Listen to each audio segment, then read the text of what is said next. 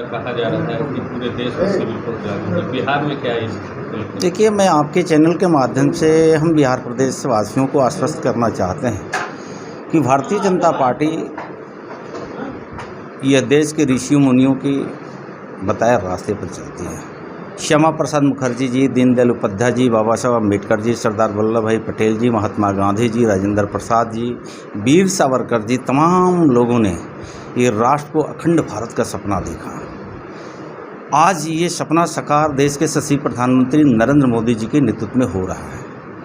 खुशी की बात है कि नरेंद्र मोदी जी की ताकतवर भारत सरकार के गृह मंत्री अमित भाई शाह जी, ये बताने वाली बात नहीं है, देश दुनिया में उन्होंने करके दिखाया। एनआरसी हो, सीए हो, कई ऐसे समस्याएं जो कश्मीर के मुद्दे को लेकर के पूर्ववर्ती सरकार उस पर चर्चा करने की तो दूर की बात है, समस्याओं पे समस्याएं बढ़ती जा रही थी, वो निराकरण करने के लिए अमित भाई शाह जी ने आ गया है और देश के 1 अरब 30 करोड़ जनता ने आशीर्वाद दे करके नरेंद्र मोदी जी को प्रधानमंत्री बनाया।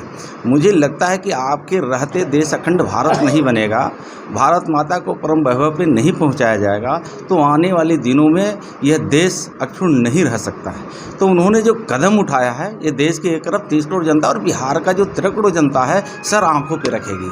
अमित भाई शाह जी ने देश के गृह मंत्री हैं और उनका जो मार्गदर्शन होता है देशवासियों ने सर आंखों पे रखता है।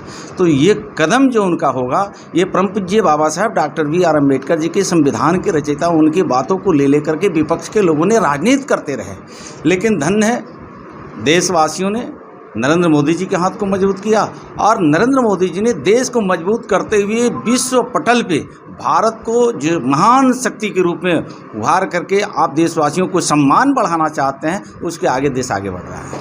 बिहार में क्या रहेगी? बिहार में क्या, ये एनडीए की सरकार चल रही है।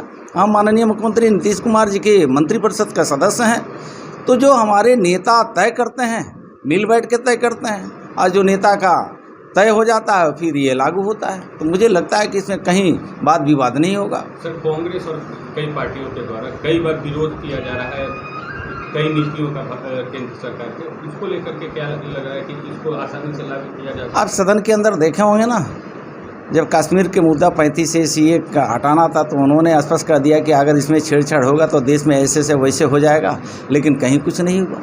देश के लोगों ने सर आंखों पे रखा।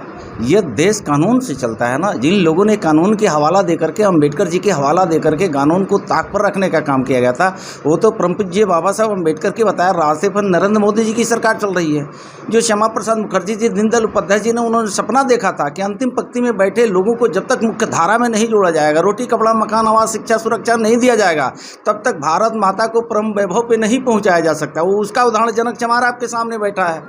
भारतीय जनता पार्टी के कार्यकर्ता होने के नाते मंत्रिपरिषद के सदस्य बना करके, तो मुझे लगता है कि दीनदयाल उपाध्याय जी का, श्यामा प्रसाद मुखर्जी जी का, बाबा साहब अम्बेडकर जी का सपना अगर कोई साकार कर रहा है तो नरेंद्र मोदी जी की सरकार सपना साकार कर रही है। उस कड़ी में जो भी व्यवधान है अगर देश और प्रदेश में आता है, उसको बेतुकी समस्याओं को निराकरण करने के लिए नरेंद्र मोदी जी आगे आते हैं और सरकार आगे आती है। और जब सरकार आगे आती है तो देश के 1 अरब 30 करोड़ जनता सामने उनकी समर्थन करती है। देश दुनिया में भारत को जो मजबूती से अभी 23 तारीख को तिरंगा झंडा को आपने देखा होगा कि पूरे बिहार के नौजवान कमल लेके गए, लेकिन उस जगदीशपुर मैदान में वीर कुंवर बाबू की शाम पक्ष जो जन्म जयंती थी उसमें तिरंगा ही तिरंगा दिखा। तो ये ताकत तिरंगा को और भारत को बढ़ा, न कि किसी पार्टी और दल को बढ़ा। ये ताकत और शक्ति के एहसास कोई करा रहा है देशवासियों प्रदेशवासियों को, तो भारतीय जनता पार्टी ने करा रही है।